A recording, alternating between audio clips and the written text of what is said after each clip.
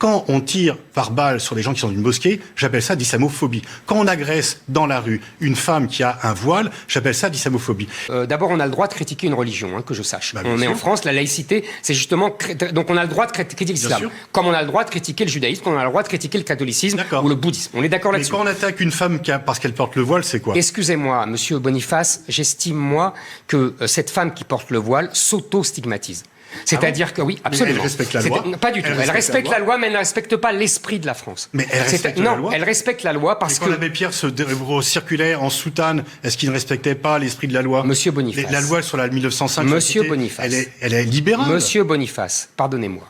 Et donc, c'est à l'islam de se soumettre à l'esprit, pas seulement la loi, monsieur Boniface. Et c'est ça le problème. Quand vous dites qu'elle est agressée, d'ailleurs, il n'y en a pas beaucoup qui sont agressés. On n'en parle pas beaucoup. Alors, on la laisse répondre, ensuite on passe à la gauche. Eh bien, il faut accorder l'égalité. Il faut arrêter les discriminations. La discrimination existe. La discrimination existe. C'est faux. Si vous dites c'est de l'autodiscrimination. Mais non, parce que, selon vous, porter le voile, c'est s'exclure de la société. Oui, exactement. Alors que pour moi, non. Et c'est là où, effectivement, on a une divergence fondamentale. Divergence fondamentale. Justement, parler de toutes ces affaires-là, le voile, etc., on oublie qu'il y a des gens qui ont des difficultés et que la gauche, globalement, après peut-être oublié qu'il y avait des gens qui avaient des revendications sociales et qu'on est passé, disons, d'une gauche sociétale qui a pris le pas sur une gauche sociale.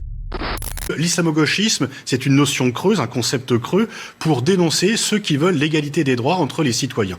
Et c'est vraiment une façon, effectivement, de stigmatiser les gens, mais je ne vois pas en quoi il y a de l'islamo-gauchisme.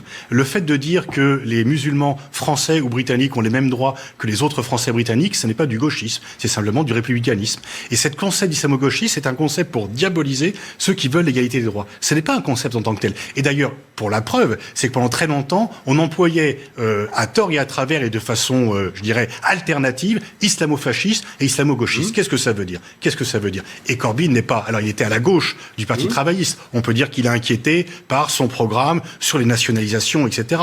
Mais dire que c'était un islamo-gauchiste, c'est vraiment... Non, c'est une caricature. Et j'ai pas le sentiment que les forces politiques françaises courent après cet électorat. Excusez-moi, quand vous voyez... Comment vous appelez les déclarations très anti-israéliennes de Corbyn? Comment vous appelez la présence à la manifestation contre l'islamophobie le 10 novembre de Jean-Luc Mélenchon et des députés de la France Insoumise? Vous appelez ça comment? Moi, j'appelle ça de l'islamo-gauchisme. Et quand vous dites... J'ai fini, je vous laisserai répondre. Quand vous dites... c'est la défense des droits des musulmans comme citoyens. Non, monsieur Boniface. La défense des droits des musulmans comme citoyens, ils ont les mêmes droits. Déjà, ils n'ont pas besoin de les défendre. Le vrai enjeu, c'est est-ce que l'islam a le droit d'imposer sa culture, son mode de vie dans les régions où les musulmans sont majoritaires, ou est-ce qu'il doit se fondre et il doit se soumettre à la culture et au mode de vie français, traditionnel français? C'est ça le débat. C'est pas une égalité de citoyens. Monsieur Zemmour, je ne suis pas musulman, je ne suis pas croyant, le mode de vie musulman ne me conviendrait pas, mais je pense qu'il y a quand même, et vous devrez l'admettre, qu'il y a beaucoup de discrimination. Cette manifestation contre l'islamophobie... Excusez-moi, je ne l'admets pas du tout. Laissez-moi je vous en prie, mais je vous réponds tout de suite. D'accord. Mais répondez après que j'ai parlé.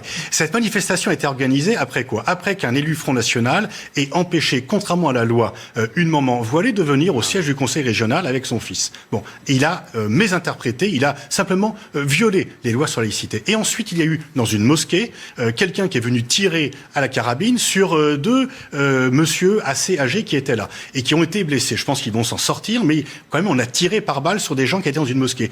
Quand on tire par balle sur des gens qui sont dans une mosquée, j'appelle ça d'islamophobie. Quand on agresse dans la rue une femme qui a un voile, j'appelle ça d'islamophobie. Et donc, il ne me paraît pas, je trouve que c'était plutôt dommage que les autres forces politiques, par peur justement de se faire taxer d'islamo-gauchisme, ne soient pas venues à cette manifestation.